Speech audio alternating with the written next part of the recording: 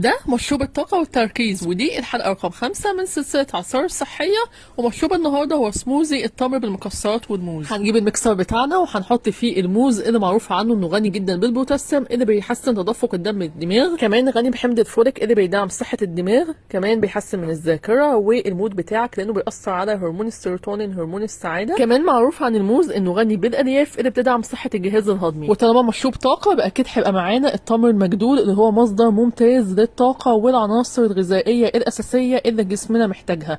كمان التمر فيه نسبة عالية من الألياف اللي بتعزز من صحة الجهاز الهضمي، ومليان بمضادات الأكسدة اللي بتحمي الخلايا من التلف، كمان بيدعم صحة العظم لأنه غني جدا بالكالسيوم والمغنيسيوم. وهنضيف مصدر للدهون الصحية زي عين الجمل اللي بيحتوي على الأوميجا 3 ومضادات الأكسدة اللي بتعزز من الذاكرة وبتدعم صحة الدماغ. وهنضيف اللبن للمشروب بتاعنا، ممكن نستخدم لبن عادي أو نستخدم حليب اللوز.